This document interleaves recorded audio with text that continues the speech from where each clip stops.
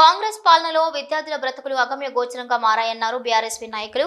మాజీ మంత్రి కేటీఆర్ పిలుపు మేరకు గురుకుల బడిబాట కార్యక్రమాన్ని చేపట్టిన టీఆర్ఎస్పీ విభాగం పెద్దపల్లి జిల్లా కేంద్రంలోని ఎస్సీ బాలుర కళాశాల వసతి గృహాన్ని సందర్శించి అక్కడ సమస్యలు అడిగి తెలుసుకున్నారు. ఇక ఈ సందర్భంగా వారు మాట్లాడుతూ కాంగ్రెస్ పాలనలో విద్యార్థుల బ్రతుకులు అగమ్య గోచరంగా మారాయన్నారు. బీఆర్ఎస్పీ గొప్పలు చెప్పుకున్న కాంగ్రెస్ ప్రభుత్వం ఇక విద్యార్థులను చిన్నచూపు చూస్తోందన్నారు. విద్యా వ్యవస్థను నిర్వీర్యం చేస్తుందని, విద్యా వ్యవస్థను గాడిలో పెట్టాలని ఆలోచనతో కేటీఆర్ పిలుపు మేరకు గురుకుల బడిబాట కార్యక్రమం చేపట్టామన్నారు.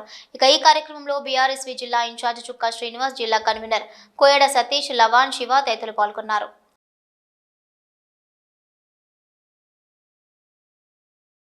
బీఆర్ఎస్పీ ఆధ్వర్యంలో గురుకుల బడిబాట కార్యక్రమాన్ని నిర్వహించడం జరిగింది. ఈ గురుకుల బడిబాట కార్యక్రమంలో భాగంగా పెద్దపల్లి జిల్లా ఇన్ఛార్జిగా రావడం జరిగింది. పెద్దపల్లి జిల్లాలో నిన్న ఈరోజు పట్టణంలోని బీసీ వసతి గృహాలను పరిశీలించడం జరిగింది. అదేవిధంగా ఈరోజు ఎస్సీ బాలర్ వసతి గృహాన్ని పరిశీలించడం జరిగింది. ఇందులో డ్రైనేజీ పోవడానికి సరైన అవకాశం లేదు. వాష్రూమ్లలో నీరు లేవు.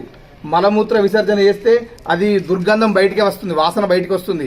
ఇక్కడ చుట్టూ హాస్టల్ పరిసరాలు కూడా బాగా లేవు.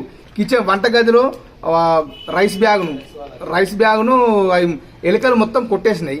కూరగాయలు కూడా సరిగా లేవు.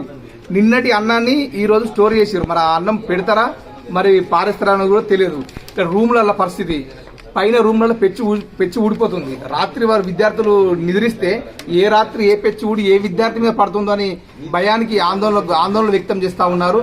ఇక్కడ వార్డెన్ గారు అందుబాటులో సరిగా ఉండడం లేదట. ఒక రోజు వస్తాడు, ఒక రోజు రాడు. పొద్దున వస్తాడు, ఈవినింగ్ రాడు. ఈవినింగ్ వచ్చిన పొద్దున రాడు. అంటే ఇటువంటి పరిస్థితులు నెలకొన్నాయి. గత కొన్ని రోజుల క్రితమే మరి ఫుడ్ పాయిజన్ అయ్యి 50 మంది విద్యార్థులు ఇవాళ అవస్థ పడ్డారు. చాలా మంది విద్యార్థులకు నష్టం జరిగింది. మరి వారిని ఆదుకునే వారు లేక నానా అవస్థలు పడతా ఉన్నారు. ఇవాళ సంక్షేమ హాస్టళ్లలో మా గౌరవ కేటీఆర్ గారు ఇచ్చిన పిలుపు మేరకు మేము తనిఖీలు చేయడం జరుగుతూ ఉంది. మరి ఒకవైపు చింతపండు కానీ మరి చింతపండు పప్పులు, ఉప్పులు, ఖరాబ్ అయినటువంటి కోడిగుడ్లు కనిపిస్తూ ఉన్నాయి. మరి వాళ్ళ బాగోగులు చూడాల్సినటువంటి ప్రభుత్వం నిర్లక్ష్యంగా వ్యవహరిస్తుంది. కనుకనే ఈరోజు మేము హాస్టళ్లలో తనిఖీ చేయాల్సిన అవసరం ఉంది.